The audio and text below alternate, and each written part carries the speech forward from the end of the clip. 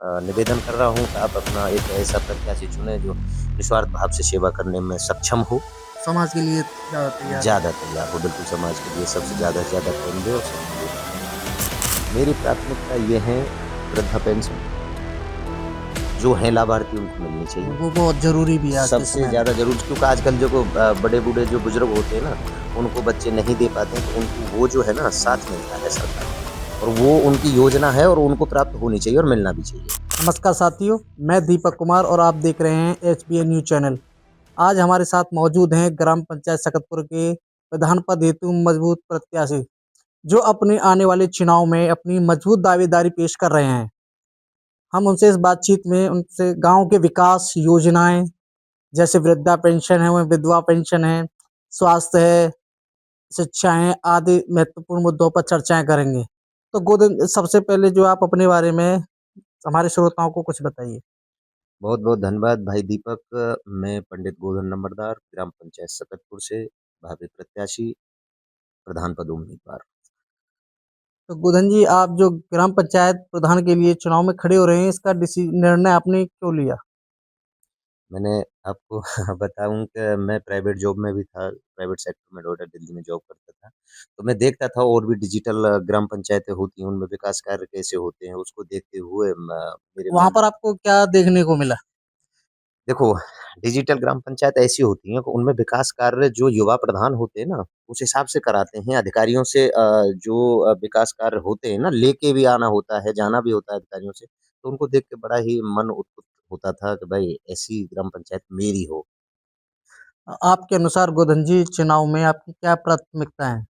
मेरी प्राथमिकता ये है वृद्धा पेंशन, जो हैं लाभार्थी उनको मिलनी चाहिए। वो बहुत ज़रूरी भी है आज के सबसे समय में। ज़्यादा ज़रूर क्योंकि आजकल जो बड़े-बूढ़े जो बुज़ुर्ग होते हैं ना, उनको बच्चे नहीं दे पाते हैं, तो उनको वो जो है ना साथ मिलता है सरकार का और वो उनकी योजना है और उनको प्राप्त होनी चाहिए और मिलना भी चाहिए। तो गोधन जी, आप जो है, अगर यदि आप ग्राम प्रधान बन जाते हैं, तो आप सबसे पहले क्या कदम उठाएँगे?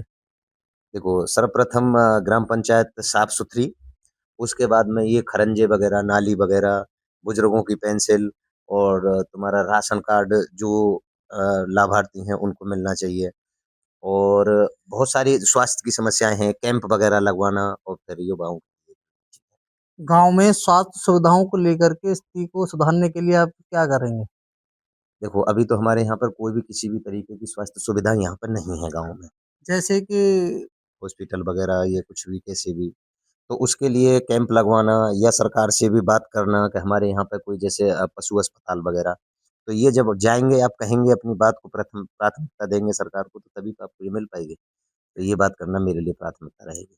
गाँव में स्कूल की गुणवत्ता को लेकर भी समस्याएँ आती हैं, तो आप जो है स्कूल की गुणवत्ताओं में सुधार करने के लिए क्या सुधार करेंगे गोदन जी?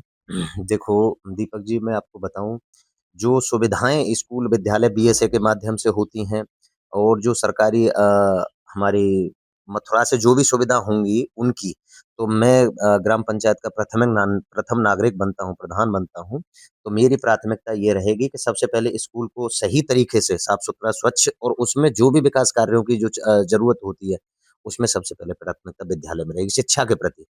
बच्चों को अच्छे से अच्छी शिक्षा प्राप्त हो अधिकारियों से कहना और अध्यापकों से कहना, अध्यापिकाओं से। जो गाँव में वर्तमान में जो मनरेगा योजना चल रही है, हुँ, पहले जो 1 साल में मज़दूरों को जो है 100 दिन का काम दिया जाता था। हुँ, अब वो फिलहाल में बढ़ा करके कितना कर दिया गया है? सवा 100 दिन का काम 125 दिन का कर दिया गया। तो आप जो है, आपके अनुसार जो गाँव में है, जनता को क्या संदेश देना चाहेंगे गोदन जी?